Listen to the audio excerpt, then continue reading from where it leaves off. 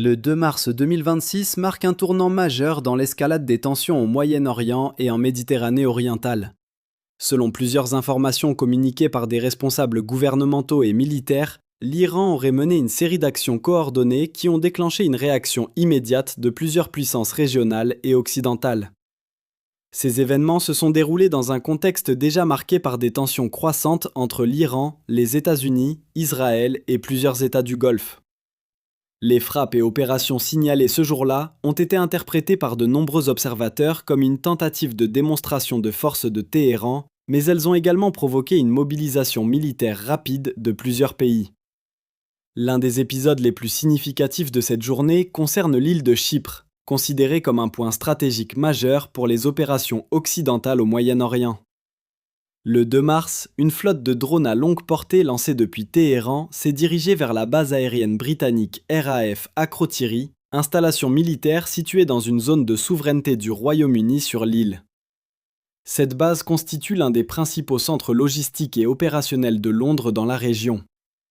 L'incident n'a pas été considéré comme une simple violation de l'espace aérien militaire. Les autorités britanniques ont estimé qu'il s'agissait d'une tentative de tester les capacités défensives occidentales en Méditerranée et de remettre en cause la souveraineté britannique sur cette installation.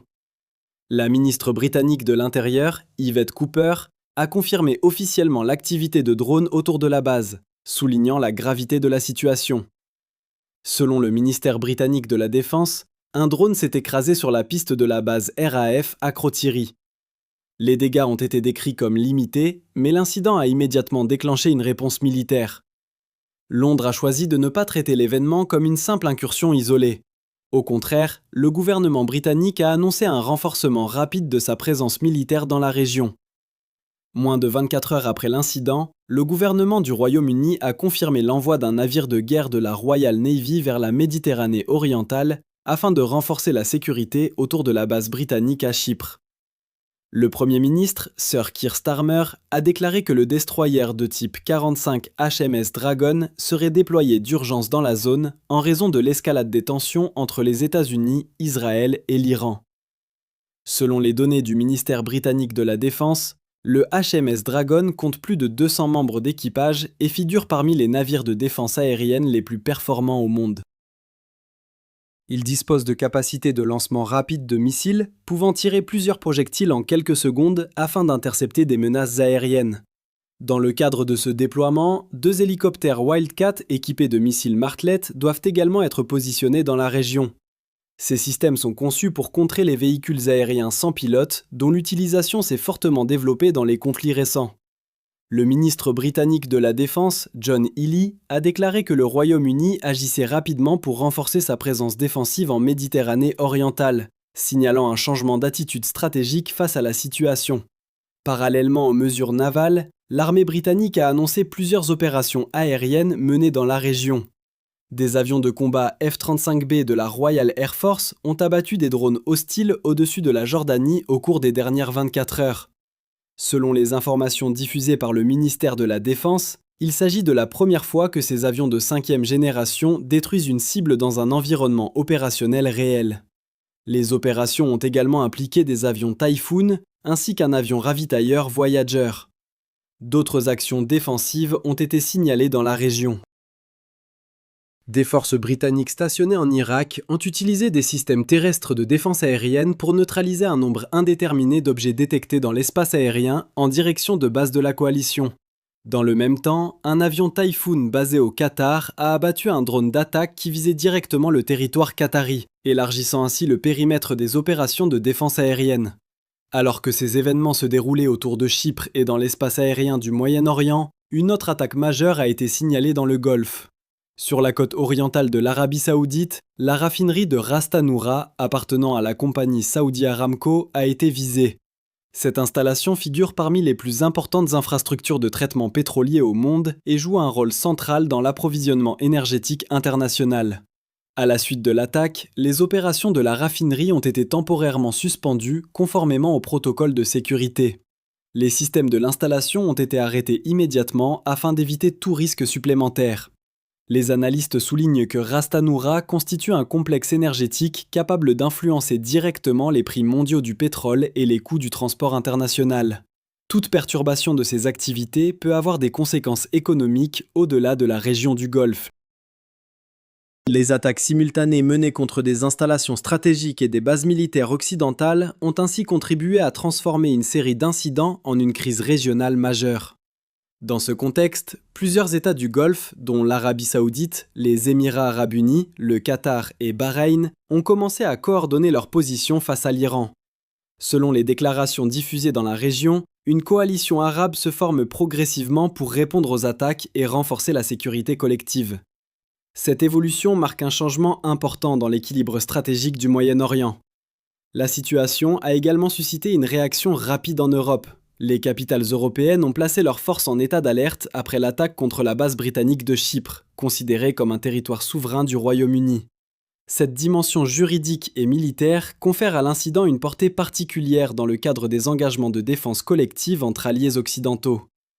Les événements du 2 mars 2026 apparaissent ainsi comme le point de départ d'une escalade qui dépasse largement une série d'attaques de drones. En quelques heures, les opérations menées dans plusieurs zones du Moyen-Orient ont entraîné une mobilisation militaire rapide, la formation de nouvelles coalitions et une augmentation significative des tensions entre puissances régionales et occidentales. Dans ce contexte, la Méditerranée orientale et le Golfe deviennent les principaux théâtres d'une crise qui pourrait redéfinir les équilibres stratégiques de la région. Au-delà de l'incident survenu à Chypre, la série d'opérations attribuées à l'Iran s'est étendue simultanément à plusieurs zones stratégiques du Moyen-Orient, transformant une série d'attaques de drones en une crise régionale aux implications militaires et géopolitiques majeures. Les frappes ont visé des infrastructures énergétiques, des installations militaires occidentales et des positions stratégiques dans le Golfe, créant un climat d'alerte dans plusieurs capitales et provoquant des réponses militaires rapides. L'un des événements les plus sensibles concerne l'attaque menée contre la raffinerie de Ras Tanura, située sur la côte orientale de l'Arabie saoudite. Cette installation appartient au groupe saoudi Aramco et constitue l'un des centres de traitement pétrolier les plus importants au monde. Les premières informations indiquent que des frappes ont touché la zone industrielle du complexe énergétique. Conformément au protocole de sécurité appliqué dans les infrastructures stratégiques, les autorités saoudiennes ont immédiatement suspendu les opérations de la raffinerie. Les systèmes de production ont été arrêtés et les installations ont été placées en mode de sécurité afin de prévenir toute aggravation des dommages. Ras Tanura joue un rôle déterminant dans le système énergétique mondial. Le complexe possède une capacité de traitement et d'exportation capable d'influencer directement les prix internationaux du pétrole. Les experts du secteur énergétique rappellent que toute interruption, même temporaire, des activités de ce site peut affecter les marchés pétroliers et les coûts du transport maritime international. Dans ce contexte, l'attaque contre cette installation a été interprétée par plusieurs analystes comme une tentative de frapper l'économie mondiale en ciblant une infrastructure clé du commerce énergétique. Parallèlement à cette opération, une troisième série d'attaques a visé des installations américaines situées dans plusieurs États du Golfe. Des cibles militaires ont été signalées dans les Émirats arabes unis et au Qatar. Les informations disponibles indiquent que ces opérations ont été menées dans la région de Ras Al Khaimah, territoire stratégique des Émirats arabes unis. Cette extension géographique des frappes a contribué à élargir considérablement la portée de la crise. Selon plusieurs évaluations militaires, la particularité de ces opérations réside dans leur caractère simultané. Les frappes ont touché des installations situées à des centaines de kilomètres les unes des autres et appartenant à différentes puissances souveraines. Des bases militaires occidentales, des infrastructures énergétiques du Golfe et un territoire souverain britannique ont été ciblés dans un laps de temps très court. Pour de nombreux observateurs, cette coordination démontre une stratégie visant à tester les capacités de réaction de plusieurs acteurs régionaux et internationaux en même temps. Les responsables politiques de plusieurs pays ont rapidement interprété ces attaques comme un tournant stratégique. L'Arabie saoudite a annoncé être entrée dans ce qu'elle qualifie de situation de guerre de facto avec l'Iran. Dans les heures qui ont suivi les incidents, Riyad a intensifié ses consultations avec plusieurs partenaires régionaux. Les Émirats arabes unis, le Qatar et Bahreïn ont annoncé leur participation à une coordination militaire renforcée avec l'Arabie saoudite. Selon les déclarations diffusées dans la région, cette coopération vise à former une coalition arabe capable de répondre aux menaces provenant de Téhéran. Cette évolution marque un changement significatif dans la configuration sécuritaire du Golfe. Les pays arabes, souvent divisés sur les questions stratégiques, affichent désormais une position commune face aux attaques. Les autorités saoudiennes ont évoqué la possibilité de mettre en place une force de coopération militaire destinée à protéger les infrastructures critiques, les routes maritimes et les espaces aériens régionaux. En Europe, la réaction a été tout aussi rapide. L'attaque contre la base RAF Akrotiri, considérée comme territoire souverain britannique depuis les accords de 1960 sur Chypre, a provoqué une alerte immédiate dans les capitales européennes. Les responsables politiques ont rappelé que toute action militaire visant un territoire relevant d'un État membre de l'Alliance Atlantique peut soulever la question de la défense collective. Cette disposition est inscrite dans l'article 5 du traité de l'Organisation du traité de l'Atlantique Nord, qui prévoit qu'une attaque contre un membre peut être considérée comme une attaque contre l'ensemble de l'Alliance. Bien que l'ensemble du territoire chypriote ne soit pas couvert par les structures militaires de l'OTAN, la présence de bases britanniques souveraines confère à l'incident une dimension particulière. Les drones ayant survolé et frappé la base d'Akrotiri sont ainsi perçus comme ayant franchi une ligne rouge stratégique. Plusieurs responsables européens ont estimé que cette action ne constituait pas seulement une provocation militaire, mais aussi un défi direct à la sécurité collective de l'Alliance occidentale. Face à cette situation, le Royaume-Uni, la France et l'Allemagne ont publié une déclaration commune particulièrement ferme. Les trois puissances européennes ont annoncé qu'elles se tenaient prêtes à lancer des frappes aériennes conjointes à grande échelle si les attaques iraniennes contre les infrastructures militaires et énergétiques se poursuivaient. L'objectif annoncé serait de neutraliser les capacités de lancement de missiles et de drones de l'Iran. Cette prise de position marque un changement notable dans la posture européenne. Jusqu'à présent, les réactions face aux tensions régionales se limitaient principalement à des condamnations diplomatiques et à des sanctions économiques. Désormais, plusieurs États européens envisagent explicitement une participation militaire directe dans le conflit aux côtés des États-Unis. Dans le même temps, les services de renseignement et les analystes en sécurité ont diffusé des évaluations préoccupantes concernant les capacités militaires iraniennes. Selon plusieurs experts indépendants spécialisés dans l'analyse de sources ouvertes, les missiles balistiques à longue portée développés par l'Iran pourraient désormais atteindre des capitales européennes. Ces estimations ont renforcé le sentiment d'urgence parmi les gouvernements européens. En réponse à ces évaluations, plusieurs pays du continent ont commencé à renforcer leurs dispositifs militaires en Méditerranée orientale. Des moyens aériens, des systèmes de surveillance et des capacités navales supplémentaires sont progressivement redéployés vers la région. L'objectif affiché consiste à protéger les installations stratégiques, les routes énergétiques et les forces alliées présentes dans la zone.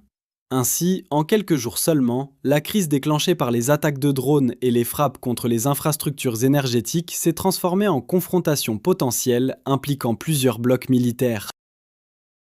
Les décisions prises par les gouvernements européens, la formation d'une coalition arabe et l'intensification des opérations militaires indiquent que le conflit dépasse désormais le cadre d'incidents isolés pour devenir une crise stratégique d'ampleur internationale. Alors que les réactions militaires et diplomatiques se multiplient, les développements observés après les attaques du 2 mars 2026 montrent que la crise dépasse désormais largement le cadre d'une confrontation limitée.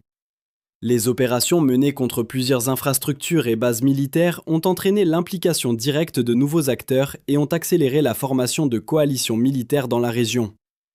Selon les informations communiquées par les autorités américaines, les États-Unis ont lancé une opération militaire de grande envergure baptisée Epic Fury. Cette opération a été présentée par le président américain lors d'une allocution à la nation comme l'une des campagnes militaires les plus complexes jamais conduites dans la région. L'objectif annoncé consiste à neutraliser les capacités militaires iraniennes considérées comme responsables des attaques contre les installations occidentales et les infrastructures énergétiques. Les premières évaluations publiées indiquent que plusieurs centres de commandement et de contrôle iraniens, des systèmes de défense aérienne et des bases navales ont été visés par des frappes intensives. Des installations militaires stratégiques ainsi que certains actifs maritimes auraient subi des dommages importants au cours de cette phase initiale de bombardement. Selon les responsables américains, cette stratégie vise à répondre aux menaces asymétriques en utilisant une force conventionnelle massive afin de réduire la capacité opérationnelle de l'adversaire. Les autorités américaines affirment que la rapidité et l'ampleur de l'opération ont pour objectif de perturber les mécanismes de décision militaire de Téhéran et d'affaiblir sa chaîne de commandement. Des informations diffusées par plusieurs sources évoquent également la neutralisation de commandants militaires et de responsables appartenant aux gardiens de la révolution. Les conséquences de ces pertes pourraient affecter la structure de commandement militaire iranienne et créer des difficultés de coordination entre les différentes unités déployées sur le terrain. Dans ce contexte, plusieurs analystes estiment que la désorganisation potentielle de la chaîne de commandement pourrait provoquer des tensions internes au sein des institutions militaires iraniennes. Une rupture de coordination entre les unités opérationnelles pourrait affaiblir les capacités de réponse du pays. Les spécialistes évoquent également le risque de déséquilibre politique interne si les structures dirigeantes subissent des pertes importantes. Parallèlement aux opérations militaires conventionnelles, certaines infrastructures liées au programme nucléaire iranien ont été touchées. Des rapports indiquent que le complexe nucléaire d'Arak et des installations situées dans la région d'Ispahan ont subi des dommages importants lors de frappes intensives. Selon ces informations, certaines installations auraient perdu leur capacité de fonctionnement. Ces opérations visent à répondre aux inquiétudes internationales concernant la prolifération nucléaire en neutralisant des infrastructures sensibles par des moyens militaires. Ces développements contribuent à porter la crise à un niveau inédit. L'intervention simultanée de plusieurs coalitions militaires et la multiplication des opérations aériennes et navales ont transformé la situation en confrontation stratégique impliquant plusieurs régions. Les actions menées dans l'axe Méditerranée orientale, mer Rouge et Golfe Persique ont marqué la fin d'une période caractérisée par des affrontements indirects et des opérations clandestines. La réaction coordonnée des pays européens et des États du Golfe constitue également un élément déterminant dans l'évolution de la crise. Tandis que l'Europe renforce ses dispositifs militaires autour de Chypre et en Méditerranée orientale, les États arabes dirigés par l'Arabie saoudite travaillent à la formation d'une force militaire conjointe destinée à répondre aux menaces régionales. Plusieurs pays arabes, dont l'espace aérien a été concerné par les opérations, envisagent de participer à cette structure de coopération. La perspective de la création d'un bloc militaire arabe représente un changement significatif dans l'équilibre stratégique du Moyen-Orient. Pendant des décennies, les États de la région ont souvent agi séparément et dépendu d'alliances extérieures pour assurer leur sécurité. La crise actuelle favorise au contraire une coordination régionale fondée sur la perception d'une menace commune. Dans cette configuration, les questions énergétiques jouent également un rôle central. Les attaques visant les infrastructures pétrolières ont élargi la dimension du conflit en y ajoutant un volet économique mondial. Les installations situées dans le Golfe constituent des éléments essentiels du système énergétique international. Toute perturbation durable pourrait affecter l'approvisionnement mondial et provoquer des fluctuations importantes des marchés. Un autre aspect évoqué par plusieurs observateurs concerne l'origine technologique de certains équipements retrouvés sur les drones utilisés lors de l'attaque contre Chypre. Des composants de fabrication russe auraient été identifiés, ce qui soulève des interrogations sur les implications géopolitiques de ces transferts technologiques. Certains analystes considèrent que ce type de coopération pourrait être interprété comme une tentative de détourner l'attention stratégique de l'Alliance occidentale vers le Moyen-Orient. Le redéploiement progressif d'actifs militaires européens vers la Méditerranée orientale et le Golfe Persique modifie en effet l'équilibre des forces dans d'autres régions, notamment en Europe orientale. La nécessité de sécuriser les routes énergétiques et les installations stratégiques oblige les pays occidentaux à répartir leurs ressources militaires sur plusieurs théâtres d'opération. Ainsi, la crise déclenchée par les attaques initiales de drones s'est rapidement transformée en un affrontement stratégique impliquant de multiples acteurs. Les opérations militaires menées par les États-Unis, l'activation de dispositifs européens et la formation d'une coalition arabe indiquent que le conflit dépasse désormais les frontières d'un affrontement régional. Les responsables politiques et militaires soulignent que les événements en cours pourraient redéfinir durablement les équilibres de pouvoir au Moyen-Orient. L'implication directe de puissances majeures, la sécurisation des infrastructures énergétiques et l'émergence de nouvelles alliances militaires créent une situation dont les conséquences pourraient se prolonger pendant de nombreuses années. Si vous souhaitez suivre l'évolution de cette crise,